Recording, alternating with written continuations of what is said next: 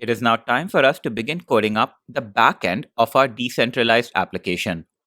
This involves defining the smart contracts which will interact with the ganache network which we have set up previously. And to do that, we will be making use of the Truffle framework. Before we proceed though, just a quick roundup of what a decentralized application is meant to do. This is meant to allow ventures to crowdsource funds for their projects.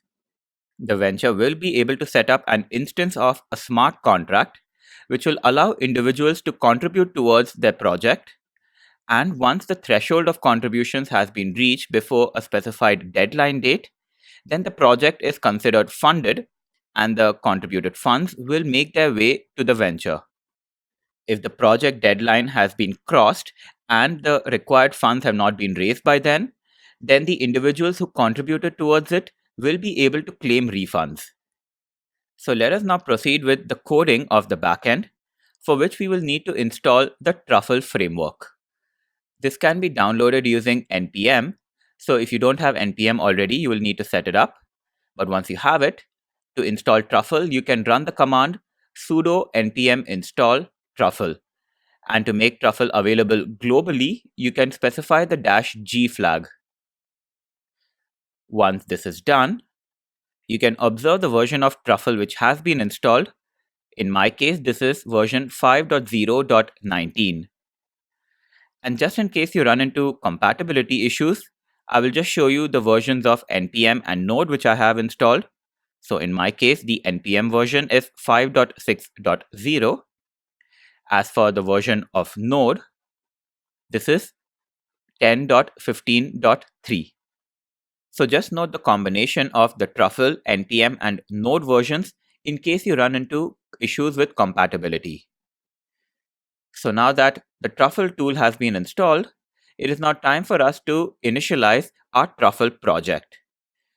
To do that, I'm creating a new project directory within my home directory. So this is called crowdfunding. And once the directory is created, I'll just cd into it. And in order to initialize the Truffle project, we can run the command truffle init. So this will create a standard directory structure for a Truffle project, which will include separate directories for the contracts, the migration scripts, as well as the test scripts, and also a Truffle config JavaScript file. So once we run this, our blank Truffle project will have been created, and we are also notified of the different Truffle commands which we can run in order to compile, migrate, and test out our contracts. So we can just confirm that all of the files and directories are being created by running an ls. And yes, the 3 directories and the config file which I had mentioned have been provisioned right here. Now, in order to begin the development process, I will switch out of the shell and then bring up this directory in my text editor. So I'm making use of the Sublime text editor, but you can use any other text editor or IDE which you're comfortable with for this purpose. We can quickly explore the contents of the directories here, starting with the contracts directory, and this includes a migrations.sol Solidity source file, which will handle the deployments for us. I won't be getting into the details of this, but just to summarize, this contract will be able to keep track of the last successful deployment script which was executed from the Truffle project. And when we perform a Truffle migrate, only the subsequent deployment scripts will be run.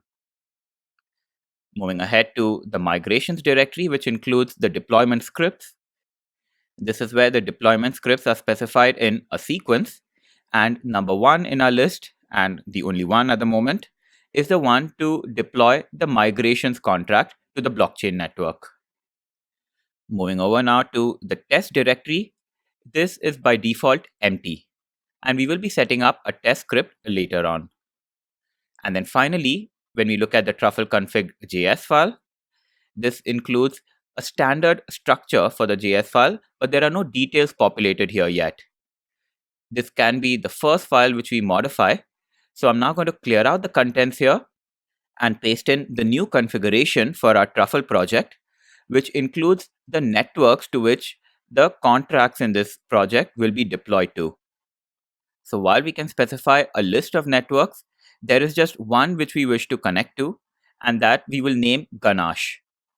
We will then populate the details of our ganache network, which includes the host, which happens to be our local host, the port, which is 7545, the default gas limit, and then we also specify a wildcard for the network ID so that our Truffle project will connect to any network which is available on port 7545 of the local host.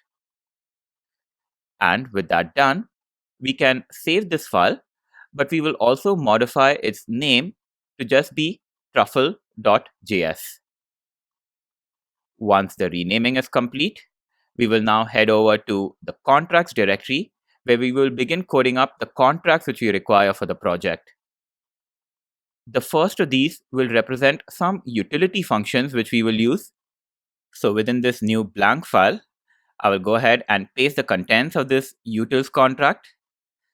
So once I have set it a name, which is utils.sol, we can go through the different blocks in this source file, starting with the pragma directive so that the Solidity compiler version is restricted to some variation of 0.5.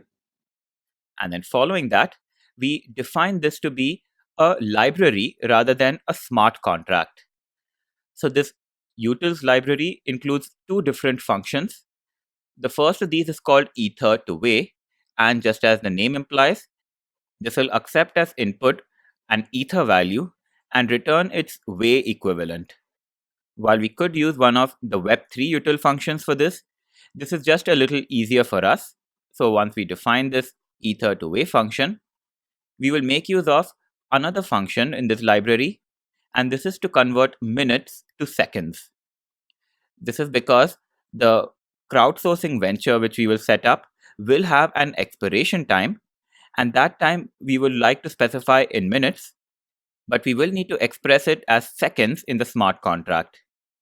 So with both the functions in our library, we will be essentially converting from a unit which is easier for us to express to the unit which is required for the contract.